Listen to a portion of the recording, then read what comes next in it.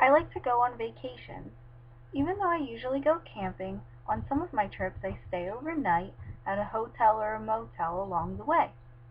One of my favorite places to go is Disney World, but one day I hope to see all of the 50 states. Have any of you visited another state? Do you have a state you want to see? I'm going to read you a story called The Mouse and the Motorcycle. This story tells about a little boy who goes on a vacation with his mom and dad. Along their way, they stop at an inn. Can anyone tell me what an inn, I-N-N, is? Right. An inn is like a hotel or a motel, but it's usually smaller and sometimes quieter. While the little boy and his family are staying at the inn, a mouse becomes very interested in the little boy and specifically his toys. One toy that he really enjoys is the shiny red motorcycle. Now, something important to remember about the motorcycle is that it's shiny and it's red. Those are both adjectives or detail words that tell us more about the motorcycle. It's important to use adjectives when writing to help your readers visualize or picture in their head what the object looks like. Adjectives can be colors, numbers, or words like fast to tell me more about something. Now, while I read, I want you to listen carefully for some adjectives. Listen for our detail words that will help us see the picture more clearly. And like always, be ready to make some guesses about the story. So I apologize because I'm reading this off of my tablet. It's like in an e-reader, so you might not be able to see the pictures. Not that there's many, but... Alright, The Mouse and the Motorcycle by Beverly Cleary.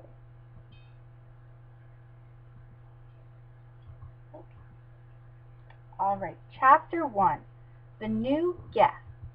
What do we think this chapter is going to be about? What are some of your predictions?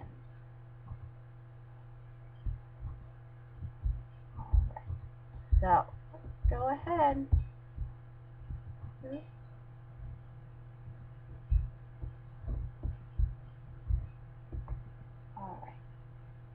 Keith, the boy in the rumpled shorts and shirt, did not know he was being watched as he entered room 215 of the Mountain View Inn.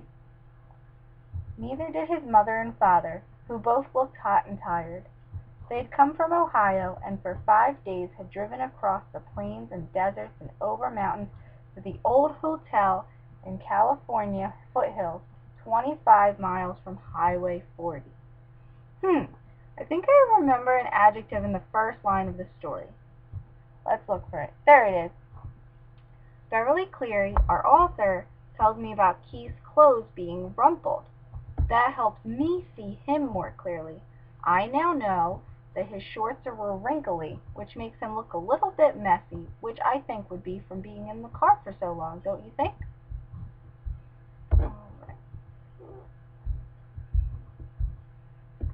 Alright, go on. The fourth person entering room 215 may have known he was being watched, but he did not care. He was Matt, 60 if he was a day, who at the moment was the bellboy. Matt also replaced worn-out light bulbs, renewed washers and leaky faucets, carried trays for people, who telephoned room service to order food sent to their rooms, and sometimes prevented children from hitting one another with croquet mallets on the lawn behind the hotel. Now, Matt's right shoulder sagged with the weight of one of the bags he was carrying. "Here you are, Mr. Gridley, rooms 215 and 216, he said, setting the smaller of the bags on a luggage rack at the foot of the double bed before he opened the door into the next room. "I expect you and Mrs. Gridley will want room 216. It is a corner room with twin beds and a private bath." He carried the heavy bag into the next room, where he could be heard opening windows. Outside, a chipmunk chattered in a pine tree, and a chickadee whistled, "Bee-bee-bee." I found an interesting type of detail in this chapter.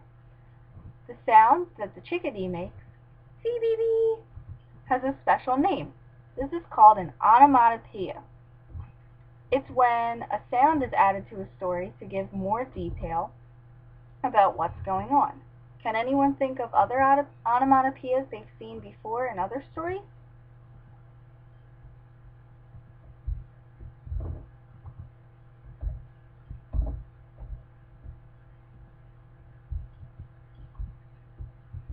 Sorry. All right. The boy's mother looked critically around room 215 and whispered, "I think we should drive back to the main highway. There must be a motel with a vacancy sign someplace. We didn't look long enough." "Not another mile," answered the father.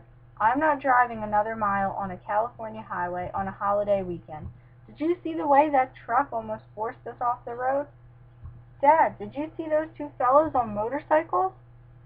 began the boy, and stopped, realizing he should not interrupt an argument. "But this place is so old," protested the boy's mother, "and we have only 3 weeks for our whole trip. We had planned to spend 4th of July weekend in San Francisco, and we wanted to show Keith as much of the United States as we could." "San Francisco will have to wait, and this is part of the United States. Besides, this used to be a very fashionable hotel," said Mr. Gridley. "People came from miles around." "50 years ago," said Mrs. Gridley, "and they came by horse and buggy." The bellboy returned to room 215. The dining room opened at 6:30. There was a ping-pong table in the game room, TV in the lobby, and croquet on the back lawn. "I'm sure you will be very comfortable." Matt, who had seen guests come and go for many years, knew there were two kinds: those who thought the hotel was a dreadful old barn of a place, and those who thought it was charming and quaint, so quiet and restful. "Of course we will be comfortable," said Mr. Gridley, dropping some coins into Matt's hand for carrying the bags. "But this big old hotel is positively spooky." Mrs. Gridley made one last protest. "It is probably full of mice." "Mice? What do we know that Mrs. Gridley doesn't know already? And how do we know this?"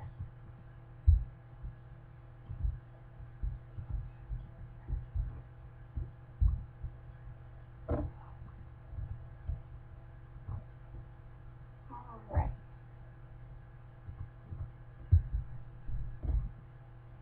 Matt opened the window wide. "Mice? Oh, no, ma'am. The management wouldn't stand for mice."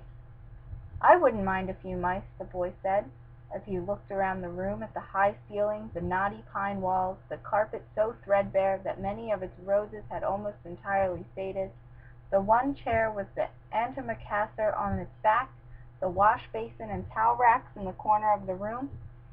"I like it here," he announced. "A whole room to myself. Usually I just get a cot in the corner of the motel room." Here's a tough word that even I had to look up. Antimacassar. This is a piece of fabric that gets tossed on the back of a chair to keep it from getting dirty or greasy. What about the word wash basin? Can anyone tell me what a wash basin was or what it was used for?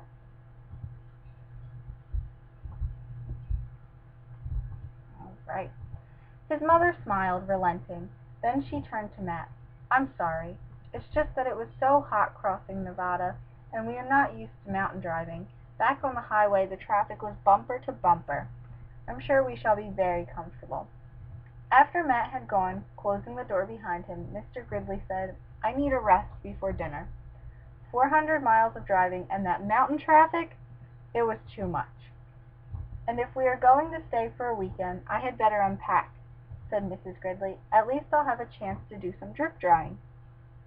Alone in room 215, and unaware that he was being watched, the boy began to explore. He got down on his hands and knees, and looked under the bed. He leaned out the open window as far as he could and greedily inhaled deep breaths of pine-scented air. He turned the hot and cold water on and off in the wash basin, and slipped one of the small bars of paper wrapped soap into his pocket. Under the window he discovered a knot-hole in the pine wall down by the floor, and squatting, poked his finger into the hole. When he felt nothing inside, he lost interest. Next, Keith opened his suitcase and took out an apple and several small cars, a sedan, a sports car, and an ambulance about 6 inches long, and a red motorcycle half the length of the cars, which he dropped on the striped bedspread before he bit into the apple. He ate the apple noisily in big chomping bites, and then laid the core on the bedside table between the lamp and the telephone. Keith began to play, running his cars up and down the bedspread, pretending that the stripes on the spread were highways and making noises with his mouth. Vroom vroom for the sports car, wee wee for the ambulance, and for the motorcycle, up and down the stripes. Once Keith stopped suddenly and looked quickly around the room as if he expected to see something or someone, but when he saw nothing unusual he returned to his cars. Vroom vroom, bang, crash! The sports car hit the sedan and rolled over off the highway stripe. The motorcycle came roaring to the scene of the crash. Keith, his mother called from the next room. Time to get washed for dinner. Okay. Keith parked his cars in a straight line on the bedside table beside the telephone, where they looked like a row of real cars, only much, much smaller. The first thing Mrs. Gridley noticed when she and Mr. Gridley came into the room was the apple core on the table. She dropped it with a thunk into the metal wastebasket beside the table, as she gave several quick little sniffs of the air and said, looking perplexed, "I don't care what the bellboy said. I'm sure this hotel has mice." "I hope so," muttered Keith. Did anyone notice any more detail words or onomatopoeias, especially in the end of the chapter?